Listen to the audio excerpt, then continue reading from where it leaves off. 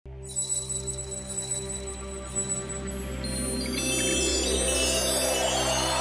бэрхшээлтэй хүүхэдтэй эцэг эхийн холбоо. Нээлттэй нийгэм форум үзүүлж байна. Нээлттэй нийгэм форумын дэмжлэгтэйгээр бүтээв.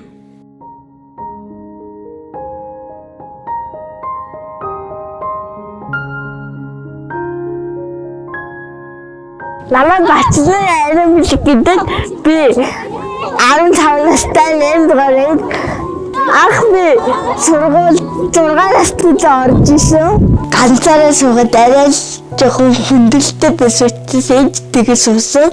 Тэгээ нэг өдөр би өөрөө ганцаараа сууж ижигээр сараад ээжээсээ ингээд асууж үзсэн. Тэгээд тэрнээс тэгээ ээж маань намайг тэлсэгээд тэгээ ганцаараа суухад ишлээд надад маш их юм хэцүү зүйл зөндөө тохиолдож байсан гэсэн би ингээд суугдээ коридорт ингээд хүүхдүүдтэй тоглоод ярилцаад байсан. Нэг хүүхэд надад асаас ингээд жийлж зогсож байгаа.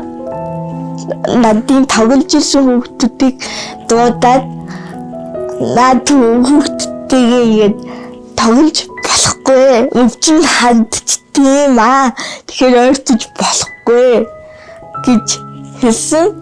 Тэгээд би үнэхээр ингээд гомдож үнэхээр хэцүү байсан. Тэгсэн сурах хэрэгтэй байсан учраас өргөжлөөдөө сурсан.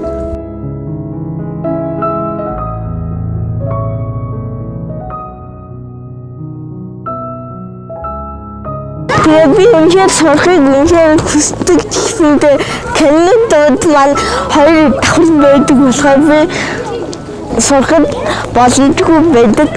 Надад сэтгэл учраас хүүхдүүд ингээд маш их юм хийгээл багшийн бичнийг ингээд бичээл.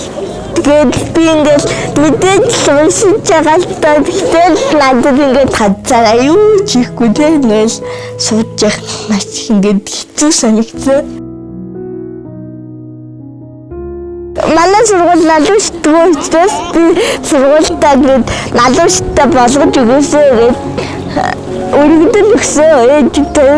Тэгээд намайг сургууль 9 сарын 1-нд сургууль ороход налууштай байгаасаа гэж би хүсэж байна.